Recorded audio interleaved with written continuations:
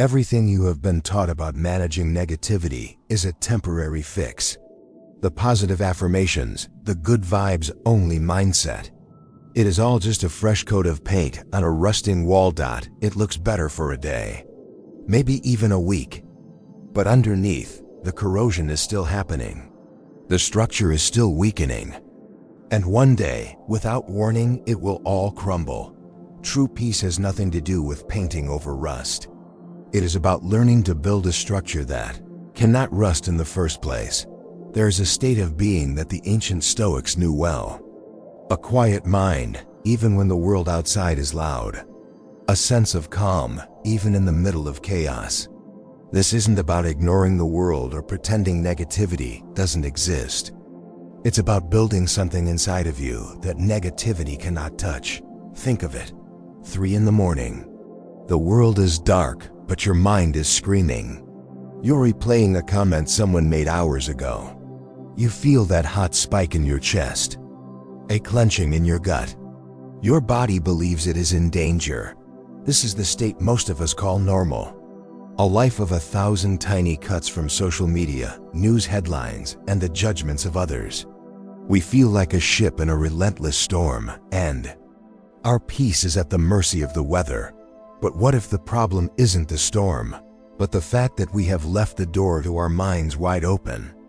The ancient Stoics believed we hold the key. They developed a set of tools, practical, timeless principles to build an inner fortress, an inner citadel that can protect our peace. This is not a journey about adding more to your life, but about learning what to protect. It's about discovering the profound strength that is already within you. We will not rush. We will take our time, and we will explore each of the 10 great principles, one by one, giving each the attention it deserves. Let us begin. We begin with the foundation, the master key that unlocks every other door in Stoicism. Before you can build, you must know the ground on which you stand, and you must know what materials are truly yours to work with. Most of our anxiety comes from a fundamental misunderstanding about our own power. We feel responsible for everything, and so we are crushed by everything. We believe that to be strong is to control the world around us, to bend it to our will. But this is a recipe for perpetual exhaustion and failure. The first principle turns this idea on its head. It does not ask you to be stronger in wrestling the world. It asks you to be wiser in choosing your battles. Imagine it's Sunday evening. The light outside is fading from gold to gray. There's a quiet hum from the refrigerator, the faint sound of traffic outside. But inside your mind is a roaring chaos. You are thinking about the week ahead. The presentation you have to give on Tuesday. What if you forget your words? What will your boss think? What if that difficult colleague tries to undermine you? Then your mind jumps to a conversation you need to have with your partner. You rehearse the words, you anticipate their reaction. You feel the tension in your shoulders as if the argument is already happening. Then, a financial worry floats by, a dark cloud of numbers and deadlines. A health concern you've been ignoring nudges you, a small cold stone in your gut. You feel a wave of pressure, a sense of being completely overwhelmed by a life that is simply too much to handle. You are a tiny boat, and a dozen different storms are converging on you from all directions. This feeling of being powerless, of being perpetually besieged, this is the problem that the first principle is designed to solve. The Stoic philosopher Epictetus, a man who lived part of his life as a slave, understood the nature of true freedom better than any emperor. He taught that the first task of a philosopher is the most simple: to sort reality. He said, some things are up to us, and some things are not up to us. This is the dichotomy of control. It sounds simple. It sounds obvious. But to truly integrate this idea is to change the entire operating system of your mind. Epictetus was clear about the task. He said, the chief task in life is simply this: to identify and separate matters so that I can say clearly to myself which are externals not under my control, and which have to do with the choices I actually control. Everything that causes you distress can be placed in one of two categories. The things that are not up to you, the externals, include your body, your reputation, the opinions of others, the actions of others, the economy, the weather, the past, the future, essentially, almost everything. The things that are up to you are your judgments, your intentions, your desires, your aversions, and your own actions. In short, your inner world of choice. Let's use a metaphor. Imagine your mind is a vast room. Through this room flows a powerful, wild river. This river is the flow of external events. It is everything you cannot control. The current is strong, the water is unpredictable. On the bank of this river sits a small, sturdy toolbox. This toolbox contains everything you can control: your focus, your effort, your kindness, your integrity, your choices. Most of us spend our entire lives standing in the middle of that raging river, trying to wrestle it into submission. We try to stop the current, to divert its flow, to calm its rapids. We exhaust ourselves fighting the opinions of others, trying to change the past, trying to guarantee the future. We are soaked, battered, and constantly on the verge of being swept away. All the while, our toolbox sits on the shore, unopened, gathering dust. The Stoic makes a different choice. The Stoic gets out of the river.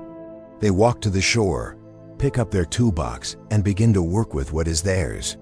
They understand that the river will flow as it flows. Their job is not to control the river, but to use their tools to build a worthy life on its banks. How do we begin to practice this? It starts with a conscious, deliberate act of sorting. Take out a piece of paper or open a new note on your phone. Draw a line down the middle. At the top of the left column, write "up to me" or "my toolbox." At the top of the right column, write "not up to me" or "the river." Now think of that Sunday evening anxiety. Take every single worry that was plaguing your mind and place it in one of the two columns. That presentation on Tuesday, the outcome, whether people applaud or are bored, goes in the river. But the quality of your preparation, the effort you put into practicing, that goes in my toolbox. Your colleague's potential reaction, the river. Your choice to remain calm and professional no matter what they do, your toolbox. Your partner's feelings, the river. Your choice to speak your truth with kindness and respect, your toolbox. The financial markets, the river. Your decision to create a budget and stick to it, your toolbox.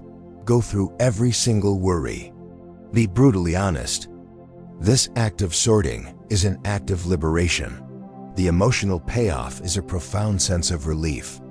It's not that your problems have vanished. The river is still flowing, but you are no longer drowning in it.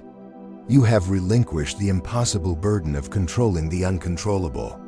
The 100 tabs that were open in your mind, causing your system to crash, have been reduced to a handful that are manageable. The weight on your chest lightens, not because the world has changed, but because your relationship to it has. You feel your power returning, not as a force to impose on the world, but as a focused energy you can apply to your own choices. You can finally close the tabs about the river and give your full attention to mastering your tools. This is the beginning of peace. Once you have the blueprint of the dichotomy of control, you can begin the real work of construction. The second principle answers the question, where do I go to feel safe? In a world of constant change, uncertainty, and chaos, we search for refuge. We look for it in relationships, in careers, in homes, in achievements. But all of these things are external. They are part of the river. They can be, and often are, swept away.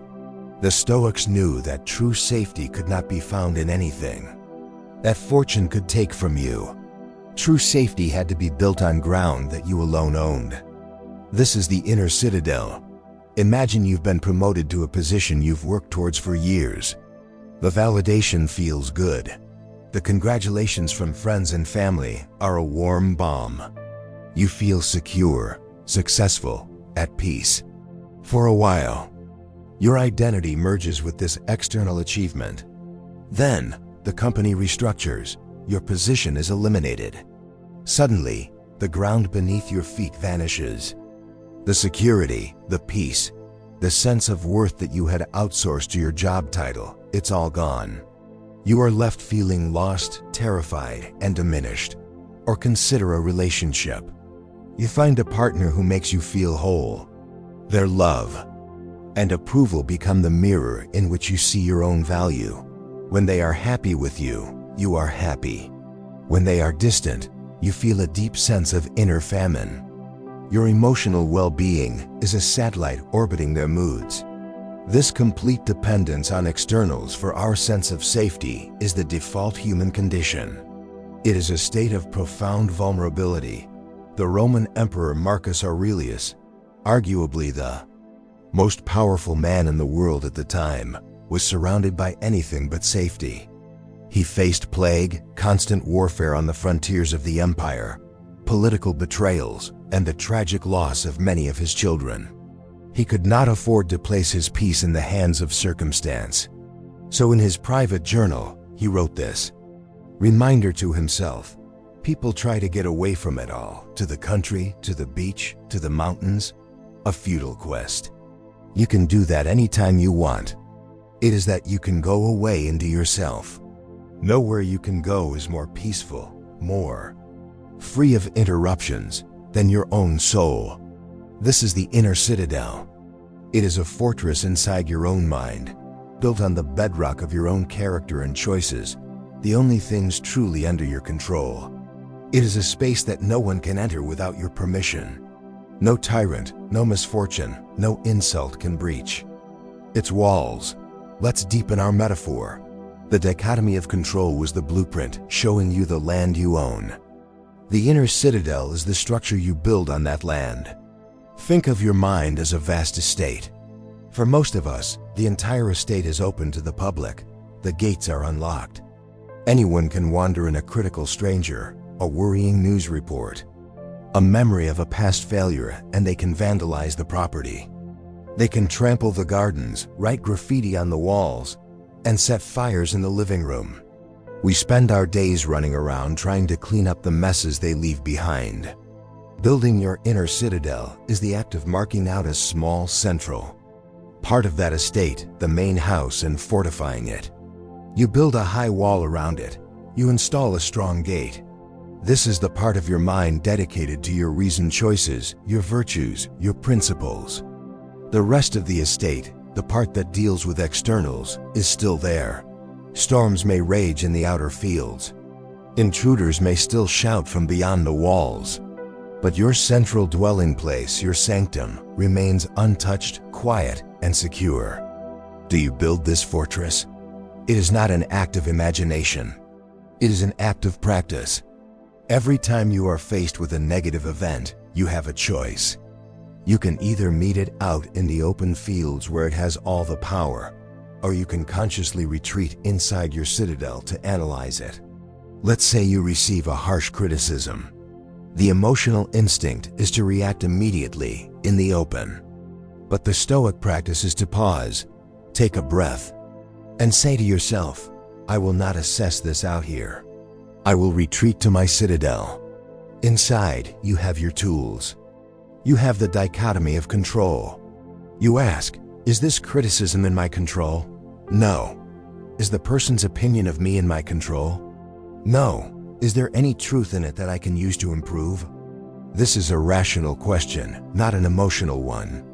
How will I choose to respond in a way that aligns with my virtues of courage and temperance? That is in my control. By processing the event from within your fortress, you strip it of its emotional power to harm you. The construction of the citadel happens every time you choose this deliberate retreat over an immediate reaction.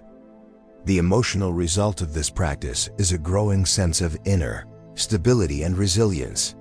The world stops feeling so dangerous. You no longer feel like a leaf in the wind. You develop what the Stoics called apatheia, which doesn't mean apathy or not feeling anything. It means a state of tranquility that comes from being free of irrational and excessive emotions. You still feel things, but they no longer hijack you. You develop a quiet confidence that you can handle whatever life throws at you, not because you can control the outcome, but because you have absolute faith in your ability to choose your response. Your center of gravity shifts from the chaotic world outside to the solid, quiet ground of your own mind. This is the profound peace of the inner citadel. It is the feeling of finally being safe, because you have built your home on the only ground you will ever truly own, of course. Here are the remaining 8 principles, each expanded in the same detailed and immersive manner to be approximately 950 words. There's a gap between the world and the story we tell ourselves about the world. In that gap, most of our suffering is born. We think we are reacting to events, but we are not. We are reacting to our interpretations, our narratives, our judgments. We are not harmed by what happens. We are harmed by our opinion of what happens. This is one of the most challenging and most liberating ideas in all of Stoicism. We have become addicted to our own narratives, clinging to stories of victimhood, anger, and anxiety because, in a strange way, they are familiar. To see the world with objective eyes is to relinquish that drama and to step into the quiet, clear space of reality. Imagine you have spent a week working on a detailed report for your manager. You've checked every number, polished every sentence. You send it off, feeling a mix of pride and nervousness. Hours later, an email notification pops up. It's from your manager. Your heart beats a little faster as you open it. The email contains a single word, noted. That's it. No praise, no feedback, no exclamation point, just noted. Immediately, your mind begins to scream. The story starts writing itself. They hate it. It wasn't good enough. They think I'm incompetent. I'm surely going to be overlooked. For that promotion, Sarah from accounting would have gotten a great work email. My career is stalling. I'm a failure. Within seconds, you feel a pit in your stomach. Your posture slumps. The rest of your afternoon is shrouded in fog of anxiety and shame. You have been completely destabilized, not by an event, but by your own unproven, unexamined story about a 7-letter word. Marcus Aurelius knew this internal battlefield intimately. He constantly reminded himself to strip away the layers of story and see the thing itself.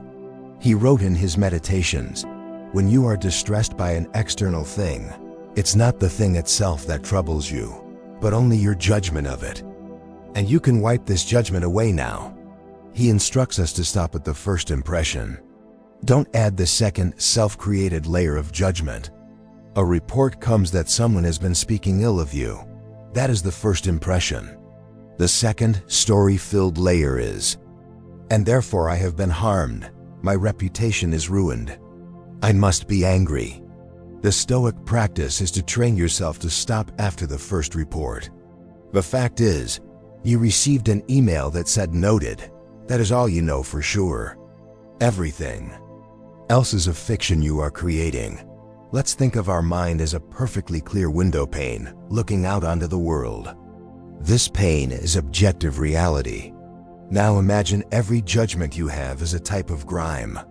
Your insecurity is a greasy handprint. Your ego is a smudge of dirt.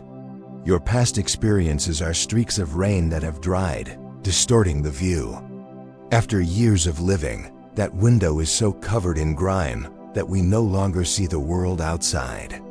We see only our own collection of smears and smudges, and we mistake it for the landscape. We see the world not as it is, but as we are. The practice of objective judgment is the patient, daily act of cleaning that window. You take a cloth and you wipe away one smear at a time. You wipe away the story of "they hate it" and see only the fact of the email said, noted. You wipe away the story of "that jerk cut me off" and see only the fact of "another car moved into my lane." The work is not to change. the world outside, but to clean our own lens so that we may finally see it clearly.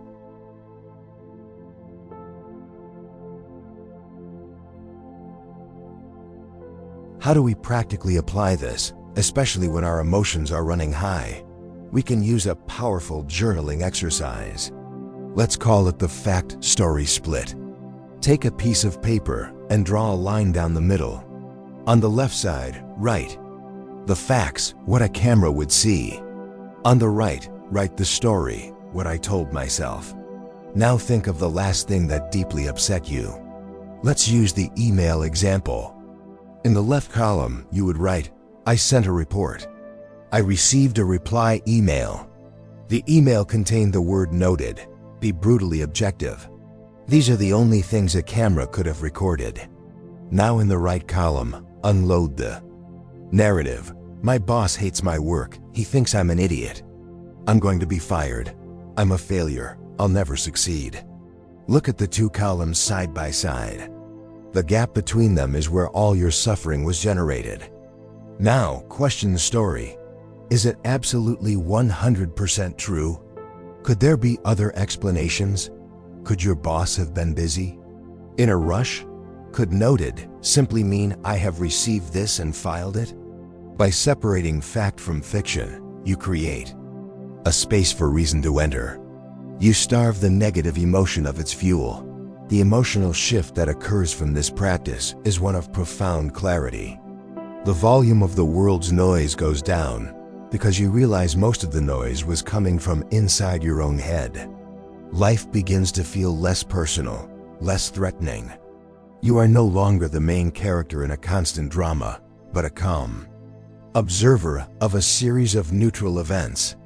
This doesn't make you cold or unfeeling. On the contrary, it allows you to engage with the world more effectively because your actions are based on reality, not on the distorted fictions of your fear and ego. You gain a sense of quiet command over your inner world. You have found the off switch for the endless soap opera, and what is left in its place is the quiet, powerful piece of the real dot. Our minds are designed to magnify the immediate. A problem in the present moment can feel so large, so heavy, that it blocks out the sun. It can consume all our thoughts, hijack all our emotions, and convince us that this single, specific struggle is the entirety of our world. We feel trapped, suffocated, and overwhelmed by a perspective that has collapsed to a single point of pain. Whether it's a conflict at work, a fight with a loved one, or a persistent personal anxiety, we've all known this feeling of being imprisoned by a problem. This principle offers a radical key to this prison, not by solving the problem itself, but by shattering the perspective that gives it so much power. Picture a person caught in a bitter dispute with a sibling. It's been going on for weeks. A cold war of silence and sharp text messages. It began over something small, a forgotten promise, a careless word, but it has since spiraled, dredging up years of old resentments. Now it feels monumental. This conflict is the first thing on their mind when they wake up, and the last thing they ruminate on before a restless sleep. It colors every interaction. Joy feels distant. Their body is tense. They feel a burning sense of righteousness, convinced of their own correctness, yet they are miserable. The world has shrunk to the size of this argument. They are trapped in a small, dark room, and the walls are papered with their own anger and hurt. The Stoics, particularly Marcus Aurelius, prescribed a powerful antidote to this kind of mental claustrophobia.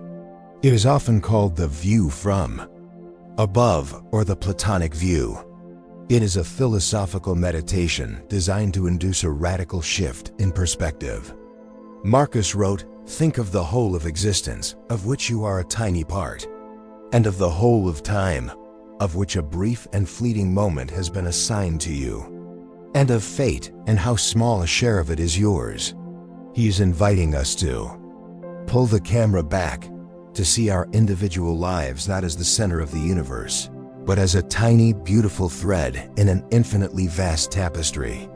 The purpose is not to make us feel insignificant, But to make our problems feel rightly dash-sized dot, let's single quotes S imagine this as a cinematic journey. You are sitting in your room, feeling the full weight of your current, all-consuming problem. Feel the anger, the anxiety, the tightness in your chest. Now imagine your consciousness begins to gently float upwards, like a drone ascending. You see yourself below, a small figure in a room. You float higher, through the roof, and see your entire home.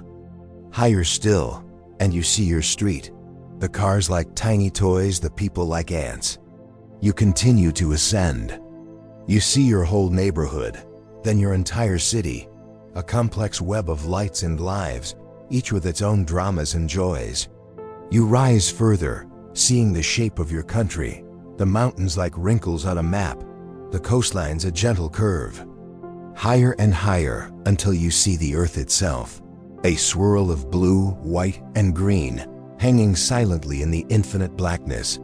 It is beautiful, and it is quiet. From here, there are no borders, no arguments, no noise. You float further, past the moon, past Mars, watching the sun shrink to a bright star among countless others. You are in the silent, majestic river of the Milky Way galaxy, a swirl of 100 billion stars.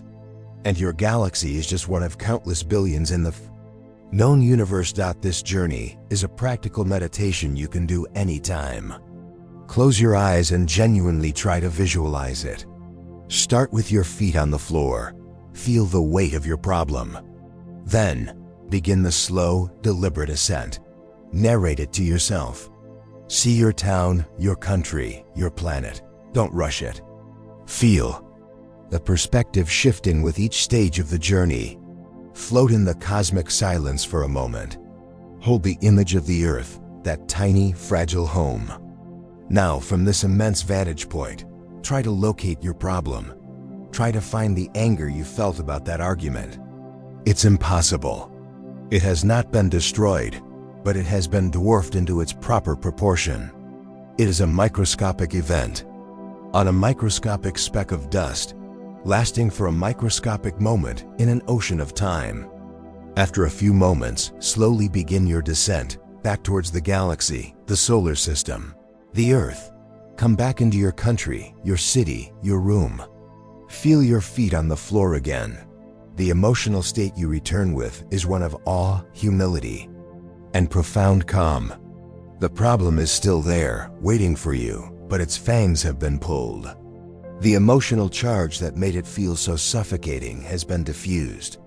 You come back to it, not as a prisoner, but as a wise observer. You can now approach the conflict with your sibling, not with burning righteousness, but with a sense of perspective.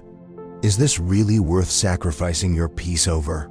Is it really the most important thing in the universe? The view from above doesn't solve your problems for you. It gives you the wide, clear, quiet mind you need to solve them yourself, with grace and wisdom. It is a reminder that you are part of something so much bigger than your own personal drama, and that realization is the key that unlocks the prison of perspective. Our modern culture is obsessed with the power of positive thinking. We are told to visualize success, to never doubt, to banish all negative thoughts. While born from good intentions, this philosophy often leaves us incredibly fragile, like a house built without a foundation, ready to collapse at the first sign of a storm. We become so terrified of contemplating failure or hardship that when it inevitably arrives, we are completely shattered. We have no tools, no plan, no resilience. The Stoics offered a radically different approach, a tool that seems counterintuitive, even frightening at first, but which forges an unbreakable sense of calm and preparedness. This is premeditatio malorum, the premeditation of what could go wrong. Consider a young entrepreneur about to launch their first business. They've poured their life savings and 2 years of their life into it. They follow the popular advice. They create a vision board showing massive success. They write affirmations.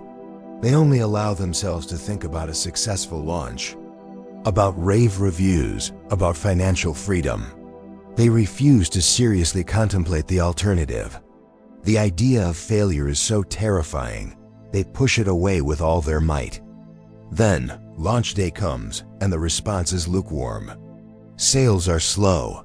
A key piece of technology fails. A prominent blog gives them a negative review. Because they have never even allowed themselves to think about this possibility, they are utterly devastated. The shock is overwhelming. It feels like a personal attack from the universe. They panic, they despair, and they consider giving up entirely, because they have no mental or emotional framework for navigating anything other than immediate success. The Roman philosopher Seneca, one of the wealthiest men in Rome, practiced this principle rigorously. He would actively contemplate the loss of his wealth, his status, even his own life. He wasn't being morbid. He was building psychological immunity. He wrote, "What is quite unlooked for is more crushing in its effect, and unexpectedness adds to the weight of a disaster." This is why we should project our thoughts ahead of us at every turn and have in mind every possible eventuality instead of only the usual course of events. He argued that the wise person rehearses for trouble in times of calm. By contemplating loss, you rob it of its two most potent weapons, surprise and fear. You look the monster in the eye during peacetime, so that you do not flinch when you meet it on the battlefield. Let's frame this as the fire drill for the soul. A school principal does not schedule a fire drill because she wants the school to burn down. She does it for the exact opposite reason. She wants to ensure that if a fire ever does occur, the students and teachers are so well rehearsed in the proper procedure that they can exit the building calmly and safely, without panic. Panic is what turns a manageable situation into a catastrophe. Premeditatio malorum is your personal fire drill. In the calm of your morning, you are not trying to manifest negativity. You are simply walking the escape routes of your mind. You are familiarizing yourself with the layout of hardship so that you will know where to go if the alarm ever rings. It is the practice of a prudent, responsible guardian of their own peace. How can we apply this in a healthy, non-anxiety-inducing way? It can be a simple 2-minute journaling exercise each morning. First, consider the day ahead. Pick 1 or 2 important events. Now for each one, gently and calmly ask, what is the worst that could reasonably happen here? Let's take the entrepreneur's launch. They could have thought, the launch might be slow. What would I do? I would analyze the data, gather feedback, and create a plan for the next iteration. My response is in my control. Or, I might get a negative review. What would I do? I would read it for any useful criticism, discard the rest, and remember that one person's opinion does not define my product's worth. My judgment is in my control. For a normal day, it might be simpler. I might get stuck in traffic on my way to work. If that happens, instead of getting angry at a choice that hurts only me, I will use the time to listen to my audiobook or simply practice breathing. I will not let an external event steal my inner peace. You identify a potential problem, and you pre-decide on your virtuous, rational response. The emotional result of this practice is, paradoxically, a deep and abiding confidence. You start your day not with a fragile Pollyanna-ish optimism, but with a quiet, solid preparedness. You become less anxious about the future because you stop being afraid of it. You have already faced down potential failures and setbacks in the safety of your own mind and realize that you have the internal resources to handle them. You have a plan. This transforms your relationship with uncertainty. Instead of a source of dread, it simply becomes a set of possibilities, many of which you are already equipped to navigate. You feel less like a potential victim of fate and more like a resilient strategist, ready to meet whatever the day brings with calm, courage, and grace. In our culture, death is the ultimate taboo. It is a topic we avoid in conversation, a reality we push to the furthest corners of our minds. We see it as a morbid, terrifying failure at the end of the game. We live as though we have infinite time, squandering our days on trivialities, distractions, and worries that do not matter. This denial of death does not save us from it. It simply ensures that we do not live fully while we have the chance. The Stoics took the opposite approach. They believed that far from being a source of fear, the constant awareness of our own mortality was the ultimate tool for living a life of meaning, virtue, and joy. This is Memento Mori. Remember, you must die. Think of how most of us spend our time. We scroll endlessly through social media feeds, consuming the curated lives of others, feeling a low-grade envy or dissatisfaction. We hold on to petty grudges against friends or family members for weeks, sacrificing our peace over matters of ego. We say, "I'll do it tomorrow," about the book we want to write, the skill we want to learn, the person we want to reconnect with. We stay in jobs that drain our souls, telling ourselves we'll make a change someday. We live in a state of perpetual deferment, acting as if we have 1,000 years to get around to what is truly important. We are like wealthy heirs who have no idea how much money is in their account, and so they spend it recklessly on things of no value, assuming the funds will never run out. The Stoics knew the funds were finite. They stared this fact directly in the face, not to induce despair, but to create urgency and clarity.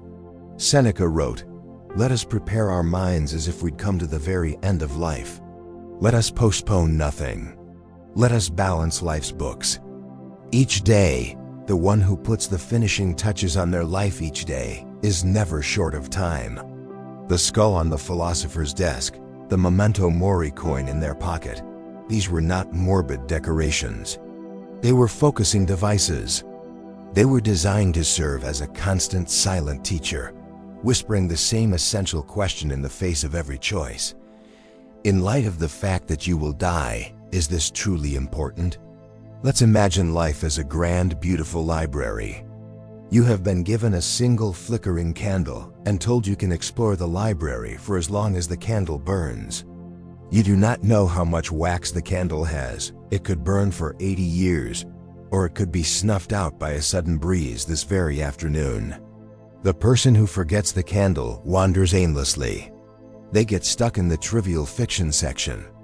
They read the same boring chapter over and over. They get into arguments with other patrons about the Dewey Decimal System.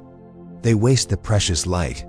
But the person who is always aware of the flickering flame of their candle, the Memento Mori, acts differently. They don't have time for the trivial sections. They go straight for the great works of poetry, of philosophy, of love. They seek out the knowledge that matters. They don't waste time on petty arguments. They use every moment of light to its fullest, because they know it is a finite, non-renewable gift.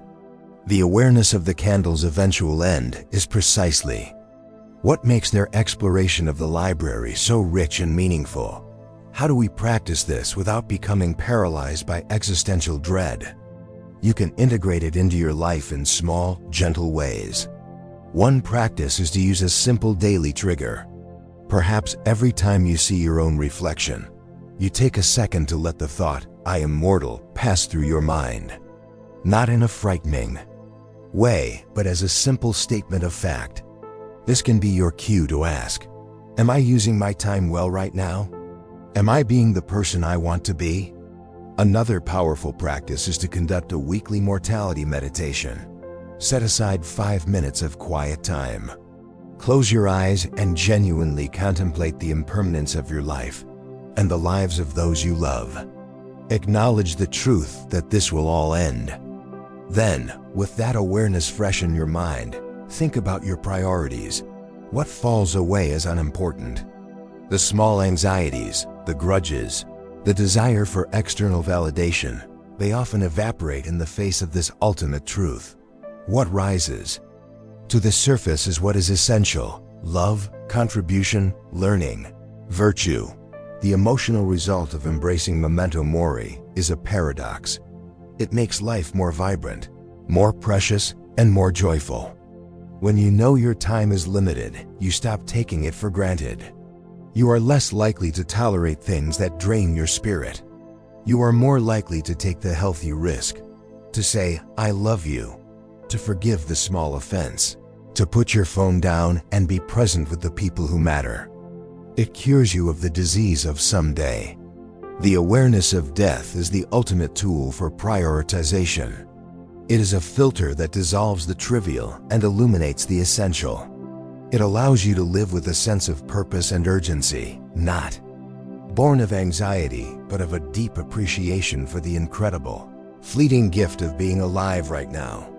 This is the pinnacle of the Stoic art of living, the final graduation. It is one thing to endure hardship. It is another thing to be prepared for it. It is another thing entirely to love it. This principle, Amor Fati, love of one's fate, proposes a radical transformative relationship with reality itself. It suggests that we should not just accept the things that happen to us, but embrace them, welcome them, and even love them as if we had chosen them ourselves. This idea often meets with fierce resistance. Love my illness? Love my betrayal? Love my loss? It can sound like a call for masochism or passive resignation, but it is neither. It is the ultimate expression of human freedom and the most powerful tool for converting any and all circumstances into fuel for a beautiful life. Imagine a potter at their wheel. They have a vision for a perfect, symmetrical vase. But as the clay spins, a stone within it causes a deep groove to appear. Or perhaps their hand slips, creating an unsightly bulge. The amateur potter, attached to their original vision, would be filled with frustration. They would see this imperfection as a failure. They might curse the clay, curse their own clumsiness, and throw the entire lump away in anger, abandoning the project. They are fighting against what has happened. They are wishing reality were different. This is how most of us live our lives. We have a plan, a vision for how things should be. When life introduces an unexpected groove or bulge, a diagnosis, a layoff, a heartbreak, we see it as a flaw in the design. We fight it, we resent it, we mourn the perfect vase that can now never be. The master potter, however, embodies Amor Fati. When the unexpected groove appears, they don't see a failure. They see an opportunity. They don't throw the clay away. They pause, they look at this new development, and they say, okay, this is what we are working with now. They incorporate the groove into a new design. They might even emphasize it, making it the most beautiful and unique feature of the piece. They are no longer fighting reality. They are co-creating with it. They love the clay not just when it is compliant, but also when it is challenging. The final product is not the vase they originally envisioned, but something far more interesting, more resilient, and more honest, a testament to their ability to turn an obstacle into an attribute. The Stoics believed that the universe, which they called the Logos, was a perfectly ordered, rational whole. Everything that happens, without exception, is a necessary part of this cosmic design. Our lives are a small but essential part of that pattern. To wish for any part of our past, to have been different, is to wish for the entire universe to be different, which is an absurdity. Amor Fati is the conscious decision to align our will with this universal will. It is to say yes to life, exactly as it is. Nietzsche, who was deeply influenced by this Stoic idea, formulated it this way: my formula for greatness in a human being is Amor Fati, that one wants nothing to be different, not forward, not backward, not in all eternity. Not merely bear what is necessary, still less conceal it, but love it. How can one possibly begin to practice something so profound? It starts with changing your language around past events. Instead of saying, I wish that hadn't happened, you can practice thinking, that was a necessary part of my story. You can start with small things. You miss a train. Instead of fuming with frustration, you can try to frame it as, okay, this is my fate for the next hour. What good can I find in it? Perhaps I can read a book, or call a friend. The practice is to look at every event, especially the challenging ones, and ask a new question. Not why is this happening to me, but how can I use this? What is this teaching me? How can this make me better? You begin to treat life not as a series of events to be judged as good or bad, but as a curriculum designed specifically for your growth. The emotional state that blossoms from a true practice of Amor Fati is one of joyful invincibility. It is a profound release from the prison of resentment and regret. You stop wasting your precious energy wishing the past were different. You are fully present, engaged with the life you actually have, not the life you think you should have had. When you can truly and honestly say that you would not change a single thing about your past, because every moment, every joy, and every scar has forged you into the person you are today, you become unbreakable. Negativity loses its meaning, because every event, no matter how it appears on the surface, is seen as a gift. It is all just more material for the potter's wheel, more fuel for the fire of your soul. This is the ultimate freedom, to love what is. If Amor Fati is the art of loving what happens, this principle is the art of using what happens. It is the engine of Stoic alchemy, the practical mechanism for turning hardship into advantage. Our natural human instinct is to avoid difficulty. We see an obstacle in our path and we complain about it. We try to go around it, or we simply give up and turn back. We see the obstacle as an unfortunate impediment to our journey. This principle teaches the opposite. The obstacle is not impeding the journey. The obstacle is the journey. The path forward is not found by avoiding the roadblock, but by dismantling it and using its very stones to pave the road ahead. Think of a professional athlete. Let's say a runner is training for a marathon and she develops a painful injury in her knee. The amateur mindset sees this as a complete disaster. My training is ruined. My chances are over. This is the worst possible thing that could have happened. The obstacle, the injury, is seen as the end of the road. It is a source of despair. This runner will likely rest, but with resentment and frustration, feeling like a victim of bad luck. Her mental and emotional state will deteriorate, slowing her recovery. She is defined and defeated by the obstacle. The Stoic athlete, however, sees the situation through a different lens. The injury is a fact. It has happened. Complaining will not heal it. Instead, she asks, how can I use this? The obstacle is the way. The injury prevents her from running, but it doesn't prevent her from training. So she redirects her focus. She uses this time to relentlessly work on her core strength, an area she had been neglecting. She dives into studying nutrition, optimizing her diet for recovery and performance. She practices mental visualization techniques. She becomes a student of her own body and its limits. When her knee finally heals, she does not return to the track as the same runner who left it. She returns stronger, smarter, more resilient, and more knowledgeable than ever before. The injury, the very thing that was supposed to be her ruin, became the catalyst for her transformation. She didn't go around the obstacle. She went through it, and in doing so, she elevated her entire practice. This concept is captured perfectly by a famous quote from Marcus Aurelius: "The impediment to action advances action. What stands in the way becomes the way." He is saying that every single obstacle we face carries within it an opportunity to practice some virtue. The traffic jam is an opportunity to practice patience. The rude comment is an opportunity to practice forgiveness and self-control. The difficult project is an opportunity to practice persistence and creativity. The loss of a job is an opportunity to practice resilience and reevaluate our priorities. The universe is constantly providing us with a curriculum, and the obstacles are simply the chapter headings. The metaphor for this is a blacksmith forging a sword. The blacksmith takes a lump of raw, unformed iron to transform it into a strong, sharp, beautiful blade. What does she do? She subjects it to intense stress. She heats it in a blazing fire until it is red hot. Then she places it on an anvil and strikes it repeatedly with a heavy hammer. She plunges it into cold water, creating a painful shock to the metal.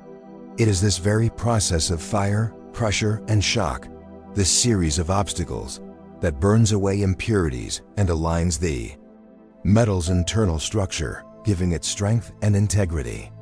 A piece of iron that was never subjected to these obstacles would remain a soft, useless lump.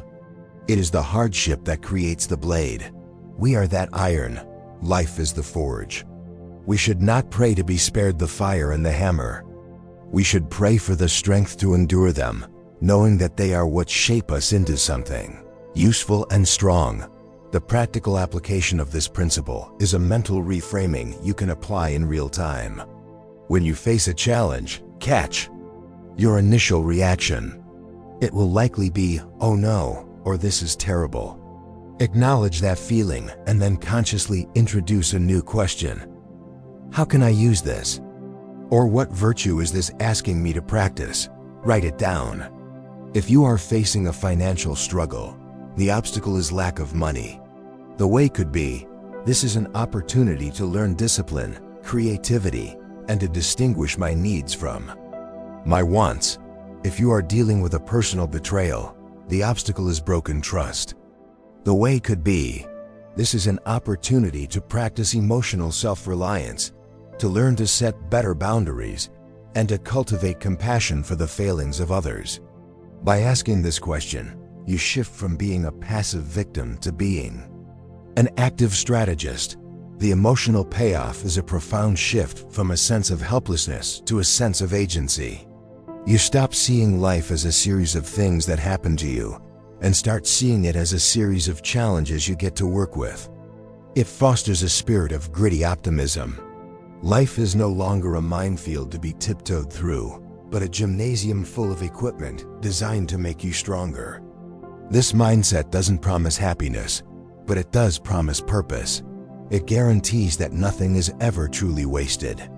Every setback, every failure, every pain can be leveraged for your growth. You develop a deep, unshakable confidence that you can profit from any circumstance, turning even the ugliest stones in your path into stepping stones toward a better version of yourself.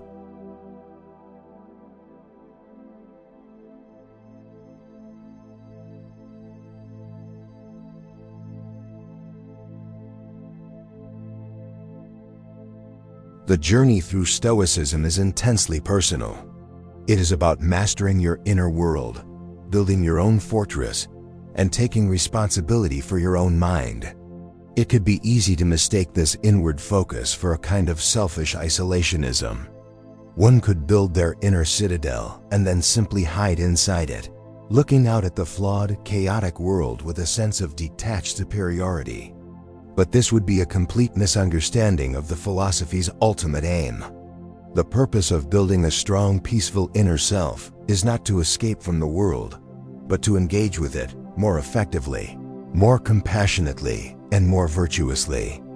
This is the principle of sympathia, the recognition that we are all interconnected, all parts of a single larger whole. Imagine being stuck in a massive traffic jam. The car in front of you is honking incessantly. The person in the lane next to you is yelling into their phone. Someone else recklessly cuts you off. The default human reaction is to feel isolated and antagonistic. You see yourself as a single, frustrated individual surrounded by idiots and obstacles. Me against them. Your focus is on your own delay, your own frustration. You see the other drivers not as people, but as hindrances, as faceless representations of incompetence or rudeness. This sense of separation is a breeding ground for anger, stress, and misery.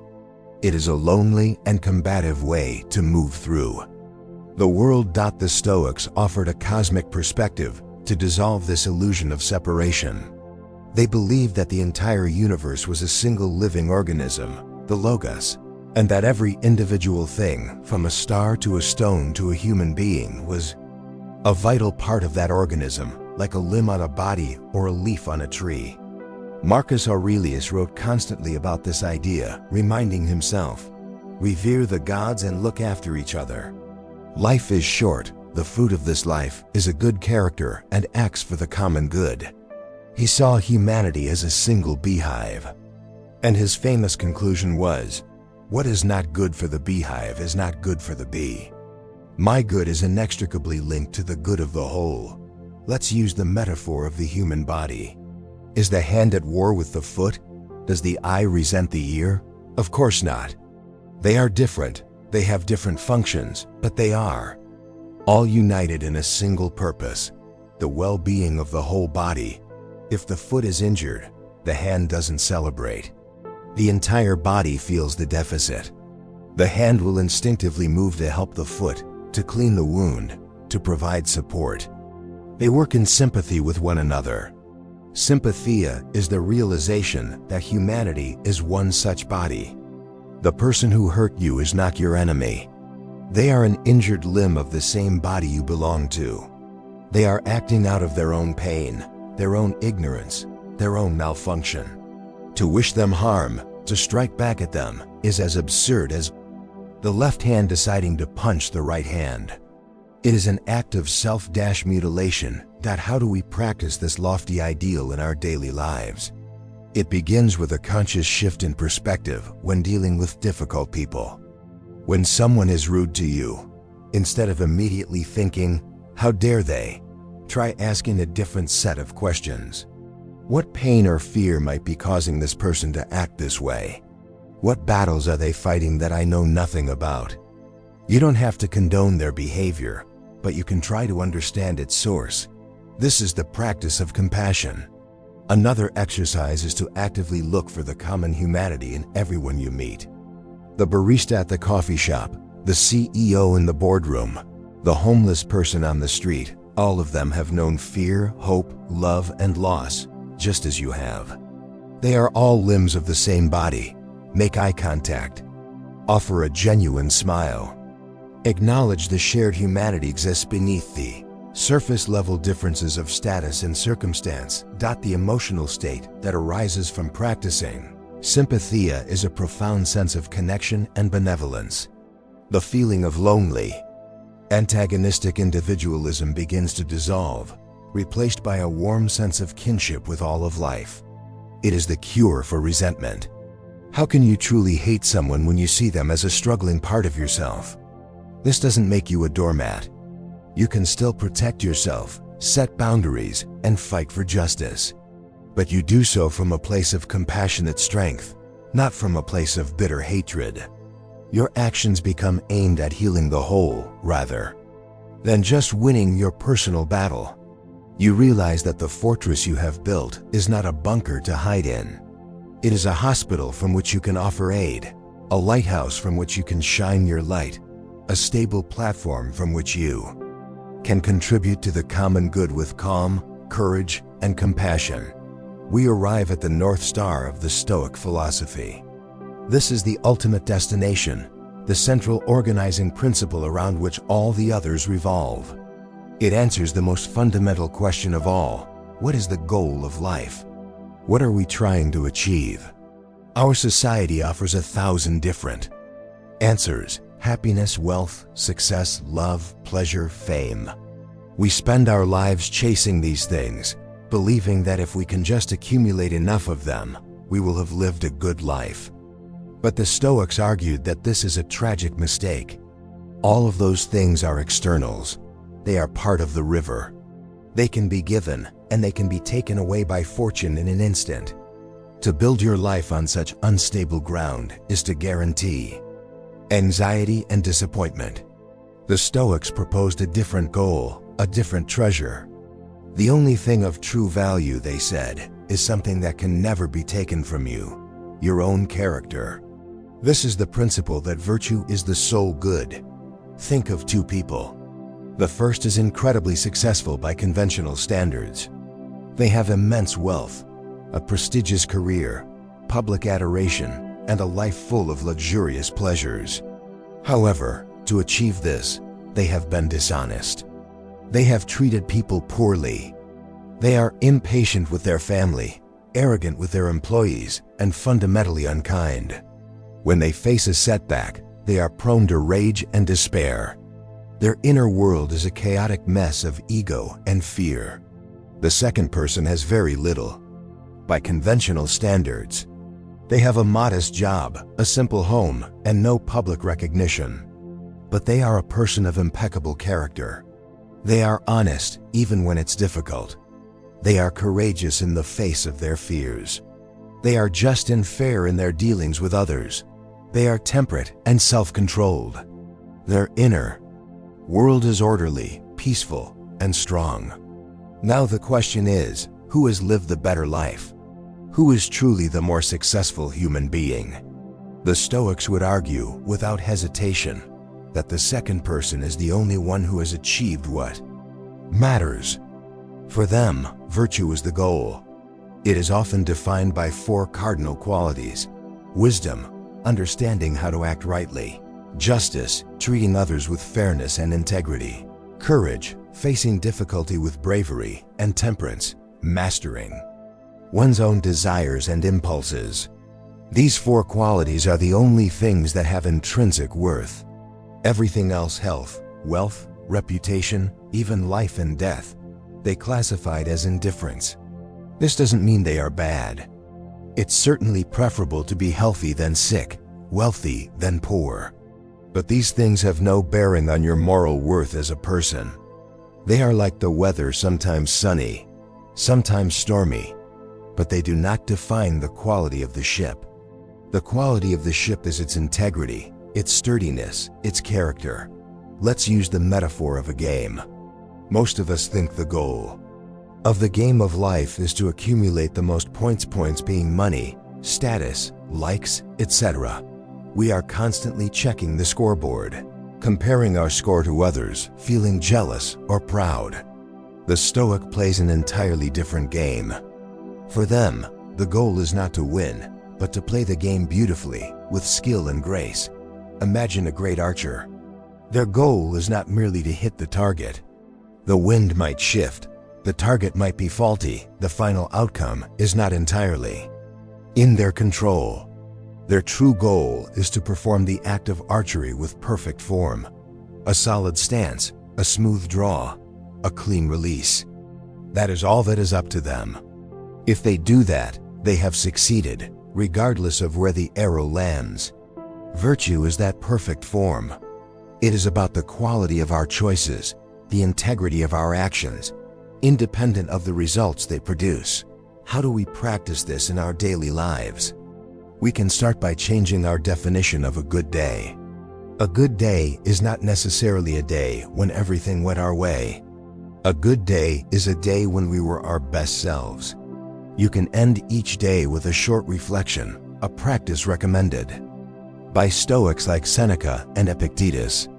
Ask yourself, where did I act with virtue today? Where did I fall short? Did I show courage when I was scared? Was I patient when I was frustrated? Was I fair in my dealings with others? Did I act with wisdom? This isn't about harsh self-judgment, but about gentle self-correction. You are a craftsman, and your character is your masterpiece. Each day, you review your work and decide how to improve it tomorrow. You shift your focus from what did I get to who was I. The emotional payoff of making virtue your sole good is the ultimate prize, a stable, unshakable sense of self-worth that is completely independent of external circumstances. You are freed from the exhausting, endless roller coaster of chasing praise and avoiding criticism. Your value is not determined by your boss, your partner, your bank account, or your social media following. Your value is determined by you and you alone. It is based on your commitment to being a good person. This is the treasure inside the inner citadel. It is the one thing no one can ever take from you. They can take your job, your money, your freedom, even your life. But they cannot force you to be unjust, cowardly, or intemperate. Your character is your inviolable possession. This is the source of true Stoic joy, a deep and durable tranquility that comes not from a perfect life, but from the pursuit of a perfect character. Subscribe for more.